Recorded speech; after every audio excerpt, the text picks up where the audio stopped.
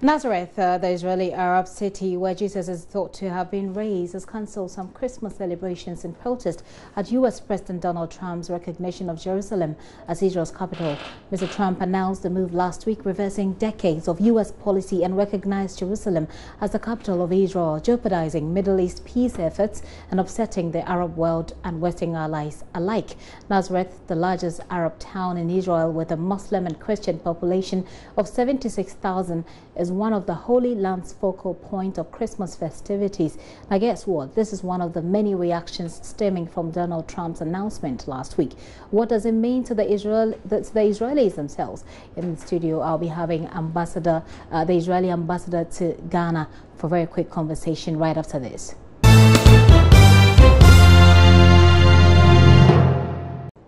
Well, let's have a conversation on this. I have in the studio with me Ami Mel, His Excellency. He is Ambassador of Israel to Ghana. So you're welcome to the show. Hello. All right. Now, first of all, let me find out from you whether or not this the new angle of Christmas disturbs you. Does it? It disturbs, of course, because this is, again, a result of threats of the Muslim community in Israel over the Christian community in Israel. It's not done by the Christians as themselves, but as a result of threats, and I think we should not give up to threats. But first of all, why has Jerusalem been a bone of contention between Israel and Palestine? Well, let's go back to the facts. I think that the big problem is that the world is completely misinformed about what is the real situation. Okay. Jerusalem is the capital of Israel. All the signs of capital are in Jerusalem. It was a decision of the government, of the parliament. It is the seat of the president, the parliament, the prime minister, the ministries, the Supreme Court, anything. It is the right of any country to decide what is its capital, and it is expected by everyone to respect it. The fact that it is not being respected is showing that we don't really have here a fair treatment towards Israel. Okay. Now, Jerusalem is also the historical capital of Israel. And when we are talking about Jerusalem as the historical capital of Israel, we can ask ourselves, and I don't know, you're Christian? Yes, I'm Okay. Christian. So Jesus was Jewish, as you know. And Jesus lived in Nazareth, but came to the big city, to the capital, to Jerusalem, where the temple existed. Now,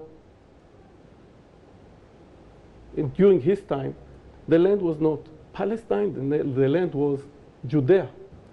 And it turned to be Palestine only about 100 years after him. Now, around 135, 36, by the Romans, after another rebellion of the Jewish people against the Romans. The Palestinian people, as we know them, exist less than 50 years. When we had the independence war forced on us by the Arab countries, they were all Arabs. They were not Palestinians, nothing like that. So you're giving me all the reasons why you think that this is a deserving declaration, so to speak, that the fact that Jerusalem has been the capital is not in contention, but obviously it is, which is why there has been all of the backlash we're seeing to Donald Trump. I mean, they've had, now the United States has issues with its allies because of this particular declaration. So back to the question, why is it that mentioning it, or perhaps stating the obvious in your perspective, has attracted so much controversy? Ever since the independence, or even before the independence of Israel, whenever there was some kind of resolution or anything, declaration that the Arabs and later on the Palestinians didn't like, they started with violence. Nobody likes violence, and people are saying, no. Don't do it now. Now it's not the right time. Okay. But they're not saying that it's not the right declaration. They're saying it's not the right time. The timing is wrong. But when the timing will be good, when the Palestinians will say, we're not threatening anymore. So let them threaten and let them lose again and again, because they never gained anything from their violence.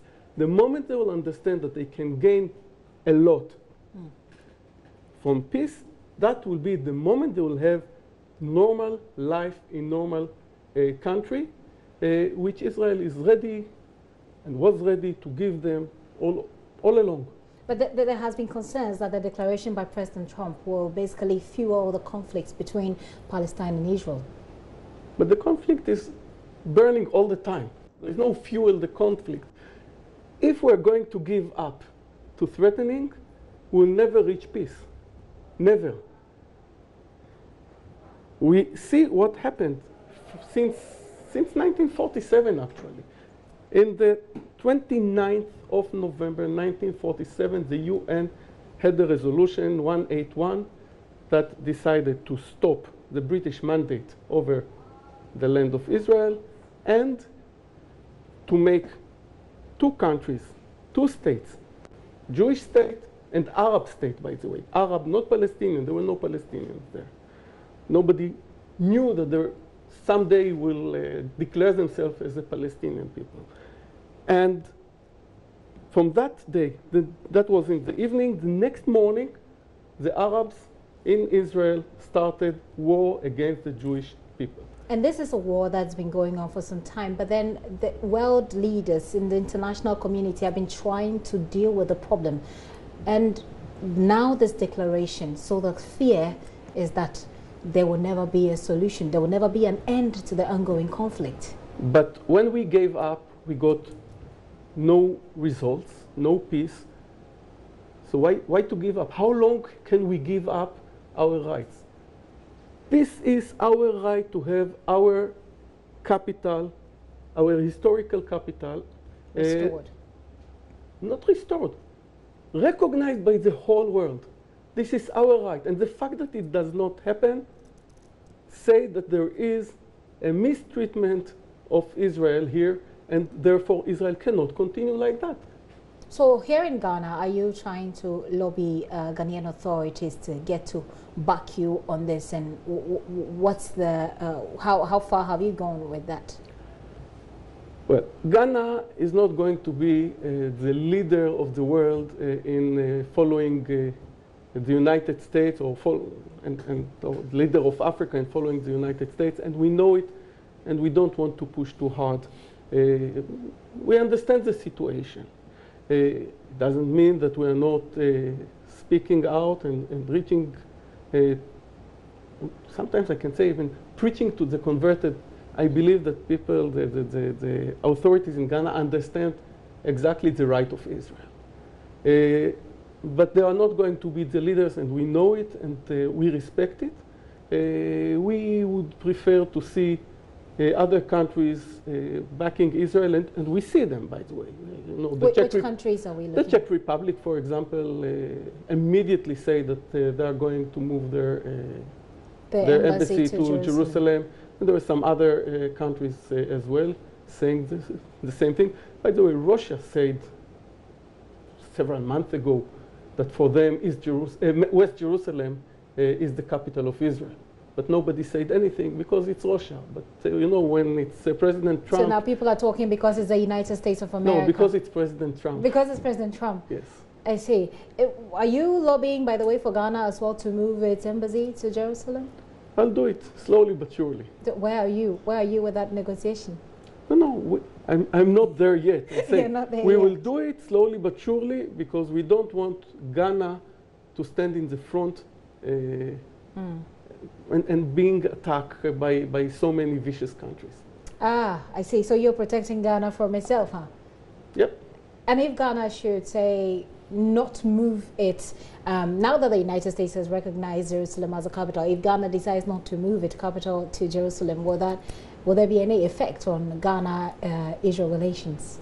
I hope it won't have any effect. Oh, well, that's not assuring at all. Look, that it's very sounds like you saying it will affect the relationship. I don't see it happen in the next few years. So it's not something that can affect in the next few years the relations between Ghana and Israel.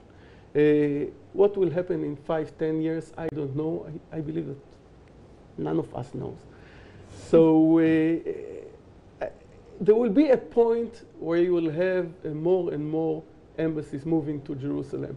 And then we will expect Ghana, as well as any other African country, any other country in the world, to move its embassy to Jerusalem. And if then it won't happen, then it will be the problem of somebody else, not mine. I see.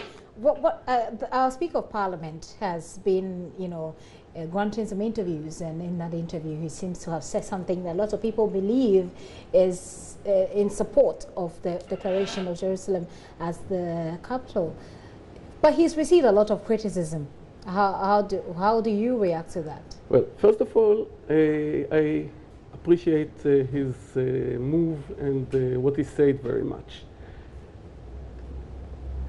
He was attacked by especially one person that we all know, and he is probably financed by some of those countries that I would say are not spreading peace in the world. Do you have any evidence of that? No, that's why I say probably. Okay. Now, it is okay. So, if that vicious person wants to, is against moving the embassy to Jerusalem, I believe he's against having any kind of relations with Israel at all. The Speaker of the Parliament, who is far more respectable person, has his right to speak out and say what he thinks. He's a politician. He has the right to say what he thinks, what is right for Ghana. Interesting. Let me find out from you as well what this declaration means for the Israelis. What have they been saying? What has been the reaction? And is it a positive reaction across the board? Is everybody happy, or are there people who are scared of what the outcome will be?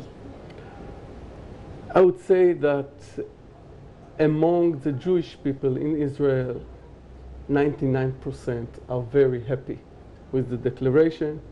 Even among the Arab population of Israel, you can find more and more people that are happy with the declaration. Of course, there are people that are afraid, because when you are terrorized by others, you are afraid. It's obvious. It's natural. So in that case, how is the state preparing, prepared? Is the state prepared, I should say, to deal with a possible violent outcome of what has just happened? We are prepared. We are always prepared against the violence and against the terror. And that's why you hardly see any victims, because we know how to deal with them. And is there any plan to deal with it non-violently? Is that an option? Deal non-violently with violent people. I don't know. You know how you've been dealing with them so far. You tell us. So we are doing it in a way that we are trying to save lives. Okay. You don't shoot to kill. That's the strategy. Has it worked That's so the far? strategy. So far it works. You've yes. preserved lives so far. Absolutely. If you were to meet the President of Ghana today, what would you tell him concerning what has happened and what you expect to happen going forward? If I'm going to meet the President today, I will speak to him first, and then I'll tell you, and not the opposite way. But actually, I'm going to meet with the Speaker today. Okay. And again, I will speak with him, and then I will come maybe again and tell you that... Are you going to lobby Ghana's parliament, or support from the Ghana parliament through him? Obviously, but that's my job. I see. Okay, very well. Well, let's see. Do you have any final words? Maybe, I don't know if there are you have Israelis living in Ghana, a lot of them? We have around 300 Israelis living in Ghana, working in Ghana, helping to build Ghana. And my final words are very simple. The day the Palestinians will choose the the way of peace, they'll have a state and they'll have peace. The moment they prefer to continue with violence and terror, they'll suffer. They'll suffer more than anybody else. Up till now, the strategy of terror and violence did not give them anything. So I think it's better for them to change strategy. That sounds scary. No, obviously, I mean, on the contrary. Yeah, I mean, you don't. It sounds like, come on, come in a peaceful mind and get peace. But you've just said that they have not liked to resort to peace over the years that you've been dealing with this. So what do you want? And when I say scary, I'm scared for the outcome, you know, because both sides are ready to meet violence boot for boot, sort of. No, we, as I said, and I will repeat it, we are facing the violence with means that will save lives. Okay. We are trying to save lives because you don't have Jewish or Christian, for that sake, suicide bombers. Well, some will be around, you never know. It didn't happen up till now. Not in that jurisdiction, it hasn't happened. No, not in the whole world jurisdiction. Well, some do perpetrate violence. I mean, there are religious extremists on the side of Christianity who have gone out to do things as well. But you're basically saying that you're looking to save lives. I'm saying that we are looking to save lives.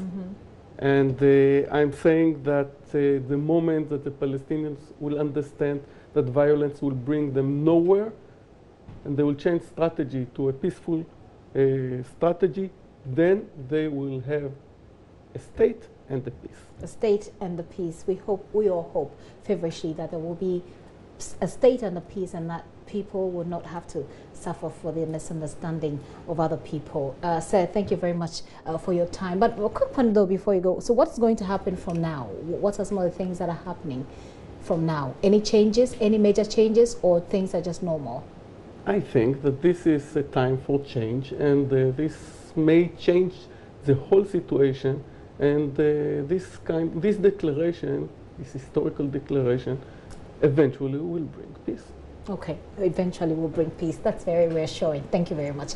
I've been speaking with His Excellency Ami Mel. He's the ambassador of Israel to Ghana. We've been talking about the Israeli-Palestinian situation. You do know what has happened, and it's one of the biggest news, and it's been like that since, I think, the whole week. But like the most assuring words I've heard this afternoon so far is that this change or this declaration should perhaps bring some peace in that jurisdiction.